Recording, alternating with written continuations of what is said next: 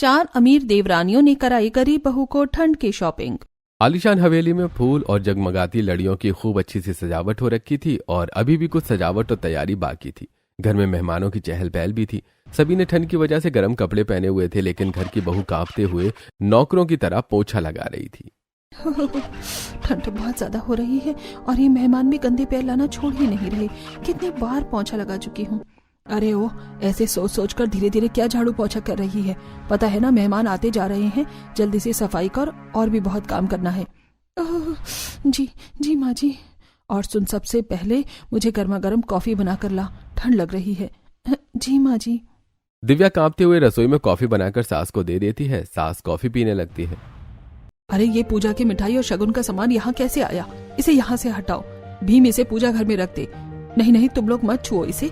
एक काम किसी से ठीक से होता नहीं है। और ये फूल कौन से लगाए हैं? मेरे बेटों को ये नहीं पसंद। और ये कैसा मंडप लगाया है? चारों के लिए अलग हल्दी की बैठक रखो। बस करो सुरीली, कितना हाइपर हो जाती हो। हल्दी का फंक्शन शुरू होने में 4 घंटे बाकी हैं। जब तक सब हो जाएगा बहू इसे ले जाओ। अखिलेश घर की बड़ी बहू से पूजा की मिठाई और शगुन का सामान रखवाता है। यह देखकर सुरीली उन थालों को हाथ से लेकर वापस टेबल पर रख देती है। हे भगवान, अजी तुम भी क्या करते हो? और तेरी हिम्मत कैसे हुई पूजा का सामान छूने की? इतनी देर से मैं यही सोच रही थी कि तेरे जैसी गरीब नौकरानी से ये पूजा का सामान ना छुआ जाए, लेकिन तूने कर ही दिया। माँ जी, मैं बस मदद कर रही थी ताकि काम जल्दी हो जाए, और पापा जी ने कहा था तो मैंने किया। और वैसे भी घर की बड़ी बहू होने के नाते तो मैं ये सब कर ही सकती हूँ ना। क्या कहा? तू इस घर की बड़ी बहू है? आईने में शक्ल जाकर देख, किसी भिखारन गरीब से कम नहीं लग रही। तेरे 4 देवर की शादी है और तू ऐसे कर रही है। अरे तू तैयार होने के बाद भी गरीब ही लगेगी। पता नहीं वो कौन सा मनहूस दिन था जब तू इस घर में आ गई। और हाँ, तेरी मदद की जरूरत नहीं है। तेरे लायक काम रसोई में है, वही रहे। ये सुनकर सुरीली की मंडली हंसते हुए, और क्या, थोड़ा धीरे बोलो, कहीं कोई सुन न ले। तुम इस घर की बड़ी बहू कहीं से नहीं लगती। और सुरीली, जब तूने अपनी इस गरीब बहू को शगन की चीज छूने से मना कर दिया तो बड़ी बहू की रस्म कौन निभाएगा? उसके लिए तो मैंने अपनी देवरानी की बहू को बुलाया है, आती ही होगी। इतने में 2 शहनाई वालों के साथ नाचते हुए, ढोल बजाकर, चश्मा लगाए, कान पर फूल लगाई बबीता आती है। होलो जी, सारी सुनो सुनो, स्टार्ट हो लगे। तुम भी द ढोल दे नाल इश्क नॉन स्टॉप। ये स्टोरी डान हो एक तेरे संग यारा, अख लड़ने लगी, अख लड़ लड़ के आगे बढ़ने लगी। दिल देना दिल लेना, दिल देना दिल लेना, है सौदा है सौदा। तभी चारों देवर भाभी के साथ नाचते हुए, है सौदा खरा खरा, है सौदा खरा खरा, है सौदा खरा खरा, है सौदा खरा खरा। जिस बहू की तुम सब बात कर रहे थे आ गई। वो ये है जो मेरे चारों बेटों की शादी की रस्म निभाएगी, मेरी बबीता बहू। नमस्ते ताई जी, और कैसी हैं आप? मैंने ज्यादा देर तो नहीं की? बिल्कुल नहीं बबीता बहू, सबसे पहले अपने देवर को तू ही हल्दी लगाने की रस्म शुरू करेगी। चला जा। चारों दूल्हे हल्दी रस्म के लिए बैठ जाते हैं। जैसे ही बबीता हल्दी लगाने जाती है तब दिव्या भी आ जाती है। भाभी, आप क्यों आ गई हैं? क्यों फोटो फ्रेम को खराब करना चाहती हैं क्या? हल्दी की रस्म मुझे करनी है। बबीता, मैं तो कुछ कह ही नहीं रही। पहले तुम लगा लो देवर जी को हल्दी, फिर मैं लगा लूंगी। लेकिन माँ, ये रस्म तो दिव्या भाभी को करनी चाहिए पहले। नहीं, जितनी भी रस्म होगी वो सब दिव्या नहीं बबीता बहू करेगी। और इस मैटर में मुझे किसी राय की जरूरत ही नहीं है, समझे तुम चारों? अरे ठीक है सुरीली, तुम्हें उन चारों की राय नहीं चाहिए, लेकिन तुम बड़ी बहू का हक छीन नहीं सकती। रस्म जिस तरीके से होती है वैसे करो ना। अखिलेश, इतने सारे मेहमानों ने मुझसे सवाल जवाब करोगे तो मुझे भी जवाब देना पड़ेगा। तुम्हें पता है ना दिव्या बहू कितनी गरीब है, और मैं नहीं चाहती उसकी गरीबी मेरे चारों बेटों की शादी में दिखे। देख रहे हो ना, नौकरानी सी लग रही है। ये भी खुद से शर्म नहीं है कि शॉपिंग करके अपना थोपड़ा सही कर ले। कमाल करती हो तुम भी। बेचारी खुद पर ध्यान कहाँ से देगी? घर के नौकर वाले काम तो तुमने उसे सौंप दिए हैं। अरे तुम बस करो बबीता बहू, तू हल्दी लगाना शुरू कर। और तू यहाँ क्या खड़ी है? थोड़ा पीछे जाकर खड़ी हो, अगर रस्म देखनी भी है तो, वरना काम बहुत है। ये सुनकर आंखों में आंसू लिए दिव्या सबसे कोने में खड़ी हो जाती है और बबीता चारों देवर के बारी बारी से हल्दी लगाती है। महिलाएं गाना गाती हैं। तभी सचिन अपनी पत्नी को देखकर, दिव्या, मैं तुम्हें ऐसे इस तरह रोता हुआ नहीं देख सकता। मैं माँ से अभी बात करता हूँ। सचिन चाहता है कि दिव्या उसका हाथ थाम लेती है। रहने दीजिए जी, खामखा बात का पतंगड़ बच जाएगा। अगर माँ जी ने मना किया है तो यही सही। दिव्या, मैं तुम्हें और घुट घुट कर जीते नहीं देख सकता। वैसे भी घर में तुम माँ की सुनती आई हो आज तक। गुस्सा थूक दीजिए, आपके चारों भाई की शादी है, आप अच्छे से एंजॉय कीजिए। मैं यहाँ पर हूँ, देख तो रही हूँ फंक्शन। कौन सा माँ जी ने मुझे घर से बाहर निकाल दिया है, और मुझे यकीन है माँ जी एक दिन मुझे अपना ही लेंगी। तुम्हारी यही सच्ची बात मेरे दिल को छू जाती है दिव्या। अरे तुम्हें तो ठंड भी लग रही है, मैं अभी कुछ लेकर आता हूँ। तुम पागल हो, माँ जी गुस्सा करेंगी। मेरे 4 देवर की शादी है और मैं ऐसी बनकर घूमूंगी? अरे मैं हॉट हूँ। तुम भी ना दिव्या। ठीक है, मैं जाता हूँ। अब सचिन भाइयों के साथ खड़ा हो जाता है। सब फोटो खिंचवाते हैं, लेकिन सास दिव्या को फोटो खिंचवाने भी नहीं देती और सबसे उसको कोल्ड ड्रिंक सर्व करने को कहती है। घर के ज्यादातर मेहमानों को बड़ी बहू के बारे में पता ही नहीं था। सब बबीता को ही अमीर बहू, असली सब बहू समझ रहे थे, जो रस्में निभा रही थी। वहीं अगले दिन मेहंदी का फंक्शन होता है। सबसे पहले बबीता ही चारों देवर के हाथ पर थोड़ी थोड़ी मेहंदी लगाती है और कोने में दिव्या आंखों में आंसू लिए। रोहित, मोहित, कबीर, रेयान, ये सब मुझे अपनी भाभी माँ समझते हैं। इनकी शादी के बारे में मैंने क्या क्या सपने नहीं देखे थे कि इतनी अच्छी शॉपिंग करूंगी उनके लिए, अपने लिए, और नाचूंगी गाऊंगी। लो चली मैं अपनी देवर की बारात लेकर, उस वाले गाने पर। लेकिन समय का पहिया देखो, ऐसा कुछ भी नहीं करवा रहा। लो चली मैं अपनी देवर की बारात लेकर, लो चली मैं, तन्नू काला चश्मा जचता है गोरे मुखड़े पे। मेहंदी नी मेहंदी, मेहंदी नी मेहंदी, मेहंदी नी मेहंदी, मेहंदी नी मेहंदी, तेरे हत्थ विच फूल बने खिलड़ी, मेहंदी बंदे नसीबा नाल मिलती, ते काड़ा रंग जे चढ़िया, हो गई बल्ले बल्ले, ओए होए ओए होए ओए होए। इतने में सास बहू का हाथ खींचकर, तेरी हिम्मत कैसी हुई इतने लोगों में नाचने की? नौकर है ना, नौकर बनकर रहे। बहू की कमी मैं यहाँ पूरी कर चुकी हूँ। जा यहाँ से, किसी ने देख लिया तो मुझसे बुरा कोई नहीं होगा। माँ जी, मेरे चारों देवर की शादी है, वो भी एक साथ हो रही है। अपने मगरमच्छ के आंसू और मगरमच्छ वाली बातें मुझसे मत कर, जा यहाँ से। ठीक है माँ जी, चली जाऊंगी। कम से कम मेहंदी ही दिलवा दीजिए, अपने एक हाथ पर तो लगा ही लूं। दिव्या मैडम जी, अगर आप अपने हाथों पर मेहंदी लगवा लेंगी तो मेहमानों को पानी, खाना या मुझे जरूरत पड़ेगी तो वो सामान कौन देगा? पड़ोसी। एक शादी में मेहंदी नहीं लगाएगी तो तूफान नहीं आ जाएगा, समझी? मेरे इस शॉल पर मेहंदी लग गई है, दूसरी शॉल लेकर आ, वरना मेरी फोटो खराब हो जाएगी। जी माँ जी। दिव्या सास के कमरे में शॉल लेने चली जाती है। ये रही शॉल। सुना है अमीर देवरानी आने वाली है, उनके आने के बाद भी मुझसे नहीं, उनसे ही बात करेंगे, उन्हें ही हर चीज की शॉपिंग करवाएंगे और बहू भी उनको ही मानेंगे। घर में इतनी भीड़ होने के बाद भी ऐसा लग रहा है कि मैं अकेली हूँ, और इस भीड़ में मेरी रोने की आवाज भी दब चुकी है। नहीं बहू, तेरी सास खराब होगी। नाम तो सुरीली है, लेकिन है एकदम बेसुरी। जब भी बोलती है बेसुध बेसुध बोलती है। पर तेरा ससुर तो है ना। ये ले, मैं तेरे लिए 5 मिनट में रचने वाली मेहंदी लाया हूँ, इसे तू अपने हाथों पर लगा दे और तेरी सास को पता भी नहीं चलेगा, और तू आसानी से मेहमान को भी देख पाएगी। थैंक यू पापा जी, आप बहुत अच्छे हैं। आप मेरे पास होते तो पिताजी की कमी महसूस नहीं होती है। तेरे पिताजी भले ही गांव में है, लेकिन मैंने भी उन्हें वादा किया है कि तेरा ख्याल रखूंगा। अब मैं चलता हूँ। तब ससुर चला जाता है। दिव्या अपने कमरे में आकर अपने हाथों पर थोड़ी थोड़ी मेहंदी खुद ही लगा लेती है और 10 मिनट में हाथ धो देती है। अरे वाह, ये मेहंदी तो रच गई। चलो देवर जी की शादी में एक खुशी तो मिली। अगले दिन सुबह सुबह दिव्या से घर धुलवाया जाता है। फिर वो छत पर बहती ठंडी हवाओं में कांपते हुए छत की सफाई करती है। बाप रे, चारों देवर जी की शादी के दिन कितनी ठंड है। ठंडे पानी में काम कर करके हाथ नीले हो गए हैं और सुन भी।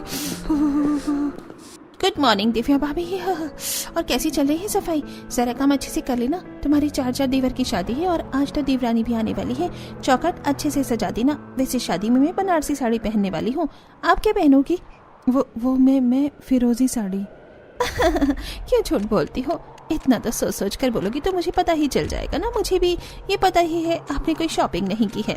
आखिर ताई जी ने सारे रीति रिवाज के लिए मुझे जो चुना है। अच्छी बात है बबीता, तुम खूब अच्छी दिखना। वो तो दिखना है मुझे, तो ठंड भी नहीं लग रही। देखो मेरे पति ने मुझे टाइगर के प्रिंट वाला शॉल दिया है। अच्छा, बाय बाय। ये कहकर बबीता वहां से चली जाती है। फिर दिव्या उसके बाद मेन डोर डेकोरेशन का काम करती है। चारों देवर का कमरा सजाती है, खाना बनाती है, घर के मेहमानों को चाय नाश्ता परोसती है। वहीं सास और उसकी नकली बहू पार्लर में तैयार होती हैं।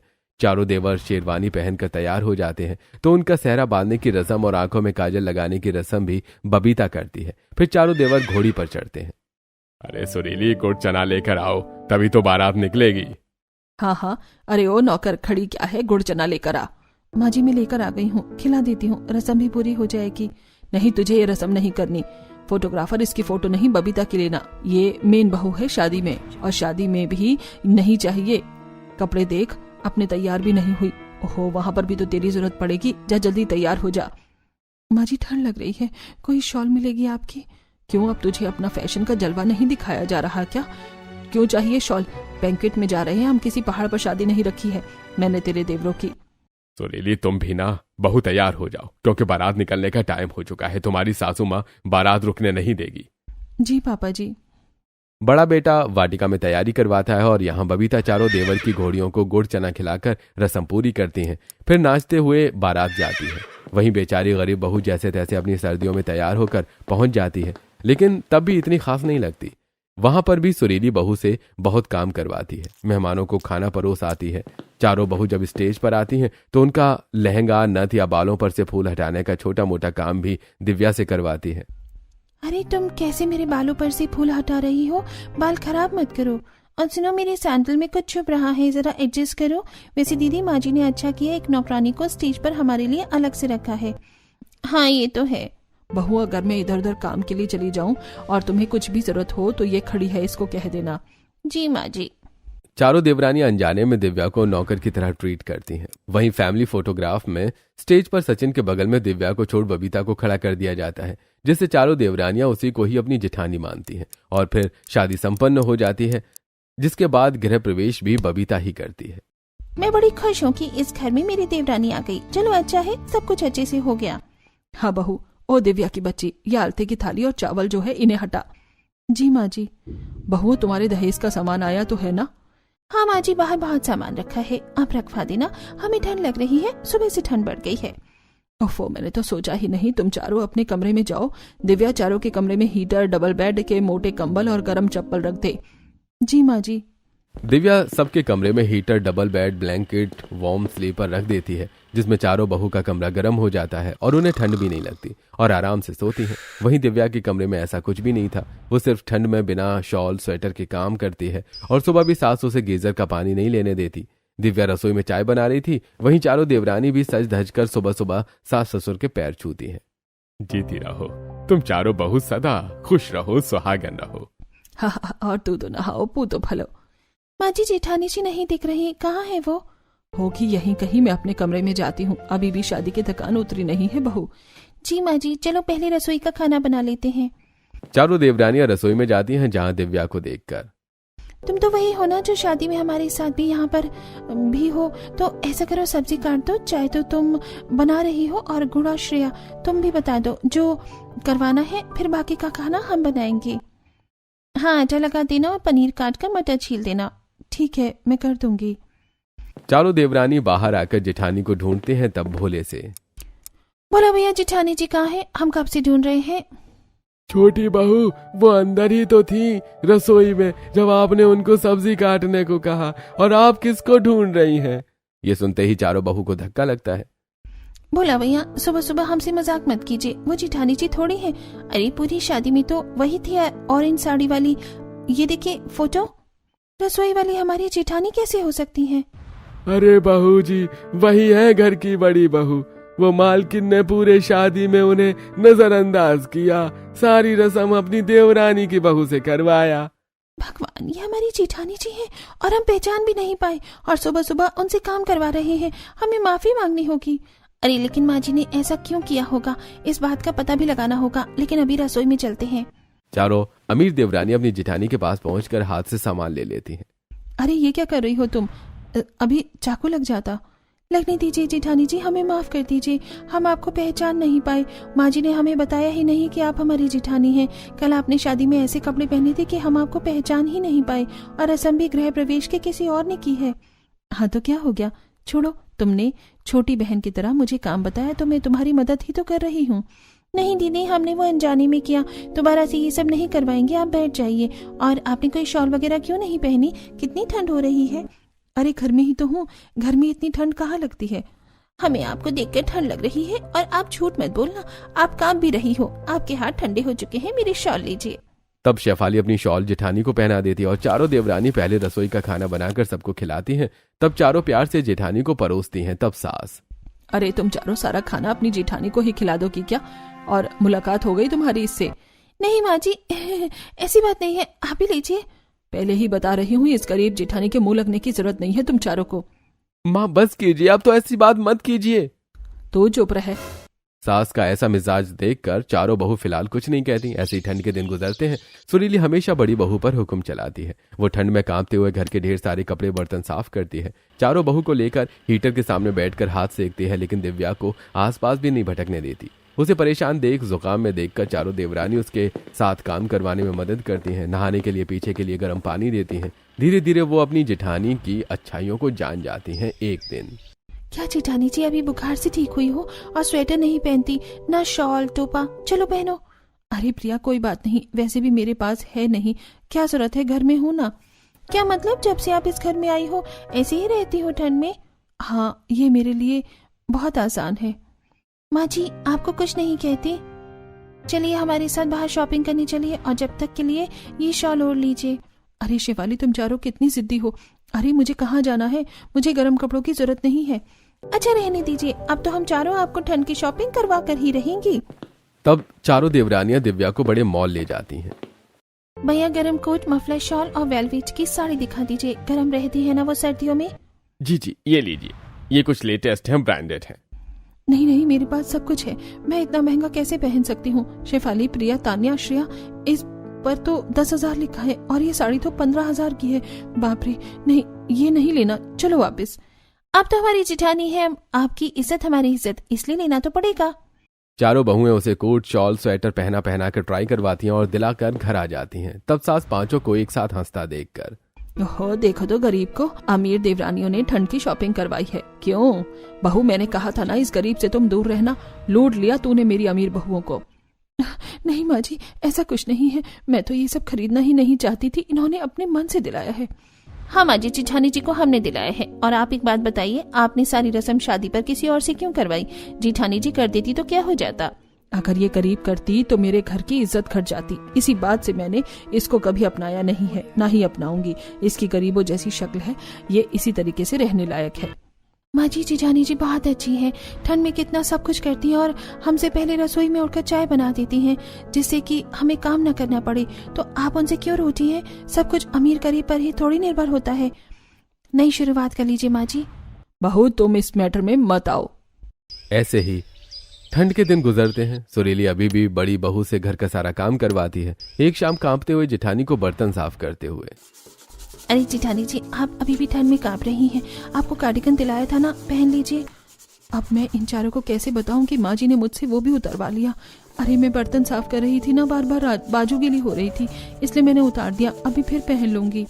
जेठानी जी, मैं आपको 2 घंटे से देख रही हूँ, आपने तब भी नहीं पहन रखा था। अगर बीमार पड़ जाओगी तो अच्छा लगेगा। अच्छा बाबा, पहन लूंगी। अच्छा, हे भगवान, सुबह खांसी हो रखी थी, अब जुकाम चालू हो गया। भगवान, तुम तो मुझसे भी ज्यादा नाजुक हो। चारों की चारों मेरे पीछे पड़ी रहती हो। मैं तो फिर भी सर्दी झेल जाती हूँ, शुरू से आदत है, लेकिन तुम तान्या ऐसी नहीं हो, और तुम्हें भी सर्दी लग जाएगी। जाओ जाकर कपड़े पहन लो, और मैं तुम्हारे लिए अभी काढ़ा बनाती हूँ। दिव्या फटाफट बर्तन साफ करके तान्या के लिए काढ़ा बना देती है और उसे कमरे में ले जाकर पिला देती है। हीटर जलाकर रजाई उड़ा देती है। अब आराम करो। जेठानी जी, आप सबकी कितनी चिंता करती हैं, और माँ जी को भी वक्त वक्त पर दवाई देती हैं, पापा जी का ख्याल रखती हैं। वैसे मैं इतनी बीमार नहीं हूँ जितना आप मेरा ख्याल रख रही हैं। बोला ना, आराम करो। दीदी आप भी ना। दिव्या वापस काम करने लगती है। उसकी देवरानी जबरदस्ती उसे स्वेटर पहना देती है। तब शाम को 2 रिश्तेदार घर पर आते हैं और अखिलेश को शादी का कार्ड दे जाते हैं। सुरीली, कब से तुम्हें बुला रहा हूँ, कहाँ थी तुम? मेहमान आए थे, मिली भी नहीं, और वो चले गए। देखो ममता भाभी के बेटे की शादी है, सबको 2 दिन बाद जाना है। अच्छा, ये तो बहुत बड़ी ग्रैंड पार्टी करती हैं, मुझे अलग से ही महंगी साड़ी और ठंड के कपड़े लेने होंगे। बहुओं चलो तुम भी शॉपिंग कर लेना। वो माँ जी, हमारी तो अभी अभी शादी हुई है, हमारे पास अच्छी कलेक्शन है, इसलिए अभी हमें शॉपिंग की जरूरत नहीं है। ठीक है बहू, सुनिए जी, मैं शॉपिंग पर जा रही हूँ। तब सुरीली चली जाती है। दिव्या पेंटिंग साफ कर रही होती है। तब प्रिया कपड़ा लेकर, बस करो जेठानी जी, 2 दिन बाद हमें ग्रैंड शादी में जाना है, अब उसके लिए तो शॉपिंग करनी होगी ना हम सबको। अरे मैं कहाँ शादी में जाऊंगी, और मुझे शॉपिंग करने की भी जरूरत नहीं है। ऐसे कैसे दीदी, जरूरत नहीं है, चलो हम सब चलें। बहू अभी तो तुमने अपनी सास से मना किया कि तुम्हारे पास अच्छे कलेक्शन है, शॉपिंग नहीं करनी। पापा जी, आप जानते हो ना, माँ जी खफा है बड़ी दीदी से, और माँ जी के साथ हम शॉपिंग करने चले जाते तो दीदी को कौन करवाता, इसलिए हम दीदी के साथ जाएंगे। ये तुम चारों ने समझदारी का काम किया है। जाओ तुम लोग अच्छी शॉपिंग करवाना मेरी बहू को। ये लो कार्ड। ठीक है पापा जी। अब चारों बहू बड़ी बहू को शोरूम ले जाती हैं और महंगी महंगी साड़ी और उसके मैचिंग का कार्डिगन स्वेटर दिलाती हैं और वो सब भी खरीदती हैं। उसके बाद में मैचिंग की चूड़ियां और सैंडल खरीदती हैं, जिसके बाद चारों देवरानियां अपनी जेठानी को पार्लर ले जाकर बेसिक ट्रीटमेंट, फेशियल, मैनिक्योर और पेडिक्योर करवाती हैं। तभी बाजार में सुरीली अपनी बहू को देख लेती है। अच्छा शेफाली बहू, तान्या, प्रिया, श्रेया, तुम चारों को इसलिए मेरे साथ शॉपिंग नहीं करना था ना, ताकि तुम अपनी इस गरीब जिठानी को शॉपिंग करवा दो। अरे मैंने तुम्हें बोला था ना, ये तुम्हें मगरमच्छ के आंसू दिखाकर लूटेगी, और तुम इसके झांसे में आ गई। माँ जी, वो हमें लगा कि हमारे पास कपड़े हैं। जब हमने अपना कलेक्शन चेक किया तो कुछ अच्छा नहीं था, इसीलिए शॉपिंग करने आ गए। और जेठानी जी का भी आपको पता है घर में कैसे कपड़ों में रहती है, इसलिए आ गए। बस करो, तुम चारों मुझे बेवकूफ नहीं बना सकती। देखती हूँ आजकल बहुत इसकी संगत में रहती हो। इतना कहकर सुरीली वहां से चली जाती है। घर जाकर दिव्या चेहरे का निखार देखकर काफी खुश थी। मैं तो बहुत सुंदर लग रही हूँ, तुम चारों की वजह से, शुक्रिया। कमरे में कितनी ठंड हो रही है मेरे। जेठानी जी, हम आपकी छोटी बहन की तरह हैं, शुक्रिया बोलकर शर्मिंदा मत कीजिए। आप फिर से कांपने लग गई। आपके कमरे में ठंड तो हो ही रही है, हीटर कहाँ रखा है, बताइए, मैं जला देती हूँ। वो मेरे कमरे में हीटर नहीं है तान्या। क्या आप ठंड के 2-3 महीने ऐसे ही काट रही हैं इस कमरे में? दान देनी पड़ेगी आपकी, कैसी इतनी ठंड सहती हो? तुम्हारी जेठानी ऐसे ही है। लेकिन हम ऐसे नहीं हैं दीदी, मैं अभी बाजार से आपके लिए हीटर लेकर आती हूँ। आप उसी वक्त बता देती तो शॉपिंग करते टाइम हम ले लेते। शेफाली प्रिया फिर से बाजार जाकर एक हीटर लेकर आती हैं और बड़ी बहू के कमरे में रख देती हैं, जिससे उसे बहुत आराम पहुंचता है। अगले दिन वो सब लोग शादी में तैयार होकर पहुंच जाते हैं, जहां सभी लोग पांचों बहू की खूब तारीफ करते हैं। तब सुरीली, ममता, तुमने मेरी चारों बहू की तारीफ करी, ये सुनकर मुझे अच्छा लगा, लेकिन इस गरीब की तारीफ क्यों कर रही हो? ऐसा क्यों बोलती हो सुरीली? तुम्हारी पांचों बहू अच्छी लग रही हैं, और बड़ी वाली तो सबसे ज्यादा। कभी तुमने मिलवाया नहीं, और तुम्हारे चारों बेटों की शादी में भी ये नहीं दिखी। इसकी तो शॉल भी अच्छी है। बस सबको नीचे दिखाने का मौका चाहिए। पार्टी एंजॉय करने के बाद सुरीली, मुझे नींद आ रही है, ठंड भी लग रही है, मैं अब यहाँ से जाना चाहती हूँ, आप लोग रुक जाना। हाँ ठीक है, इम्पोर्टेंट शादी है तो रुकना तो पड़ेगा ही, तुम सब चले जाओ। पापा जी, आप चिंता मत कीजिए, मुझे कार चलानी आती है, मैं सबको घर ले आऊंगी। ठीक है बहू। शेफाली कार में सबको बिठाकर रात के 11:30 बजे पार्टी से निकल जाती है। बीच में सुनसान रास्ता आता है जहां गाड़ी खराब हो जाती है। आसपास कोई नहीं होता तो मजबूरन वो एक झोपड़ी में रुकते हैं। बाप रे, यहाँ तो मुझे बहुत ठंड लग रही है और मुझे सोना था। इस हैवी कपड़े ज्वेलरी में मैं सो नहीं सकती और डर भी लग रहा है, तो मुझे अपना शॉल स्वेटर दे दो। माँ जी, मुझे भी ठंड लग रही है, मैं आपको नहीं दे सकती। माँ जी, मेरी शॉल ले लीजिए। तू तो चुप रहे। सुरीली दिव्या की शॉल लेती नहीं है और चारों बहू शॉल देने से मना कर देती है, जिससे भयंकर कांप कर सुरीली सोती है। पर दिव्या से ये देखा नहीं जाता, तो जिस औरत की झोपड़ी होती है उससे पुरानी ऊन और सुई लेकर शॉल बुनकर सास को उड़ा देती है। सुबह जब उसकी आंख खुलती है तो हैरान होती है, क्योंकि सुई चुभने पर दिव्या के हाथों से खून निकल जाता है और देवरानियों ने उसके हाथों पर पट्टी की होती है। ये क्या? ये शॉल किसने दी और इसके हाथ में पट्टी क्यों है? माँ जी, अब तो जेठानी जी के अच्छे दिल को पहचान लीजिए आप। खुद तो वो पूरी रात ठिठुरन करके हाथों में सुई चुभ हुई, लेकिन आपकी ठंड के लिए उन्होंने शॉल बनाना नहीं छोड़ा। अमीर गरीब में कुछ नहीं रखा माँ जी। अगर हम चारों आपके साथ बदसलूकी करें तो हमारा अमीर किस काम का, जब संस्कार ही अच्छे नहीं हैं। लेकिन जेठानी जी को देखिए, आपको कभी ना उल्टा जवाब देती हैं, ना ही कुछ कहती हैं। चुपचाप ठंड में, बल्कि हमारी शादी में भी सारा ही काम किया। ये देखकर और सुनकर सुरीली का कलेजा पिघल जाता है और बहू को वो गले से लगा लेती है। सही बोला दिव्या बहू, शेफाली ने बिल्कुल सही बोला। मेरी आंखों पर पैसों की पट्टी बंधी थी जो मैं तुझे पहचान ही नहीं पाई। तो हीरा है हीरा। सच में अमीर गरीब कुछ नहीं होता, इंसान का अच्छा स्वभाव होना बड़ी बात है। और तूने कितने प्यार से शादी में सारा काम किया। माफ कर दे बहू। बस माँ जी, मुझसे माफी मत मांगे। अगर कुछ देना है तो अपना प्यार दीजिए, जिसके लिए मैं तरसी हूँ। हाँ, भर भर कर तुझे प्यार करूंगी। इस तरह सुरीली अपनी बड़ी बहू को अपनाकर बहुत प्यार करती है और अपनी पांचों बहू को सर्दियों में गाजर का हलवा बनाकर खिलाती है।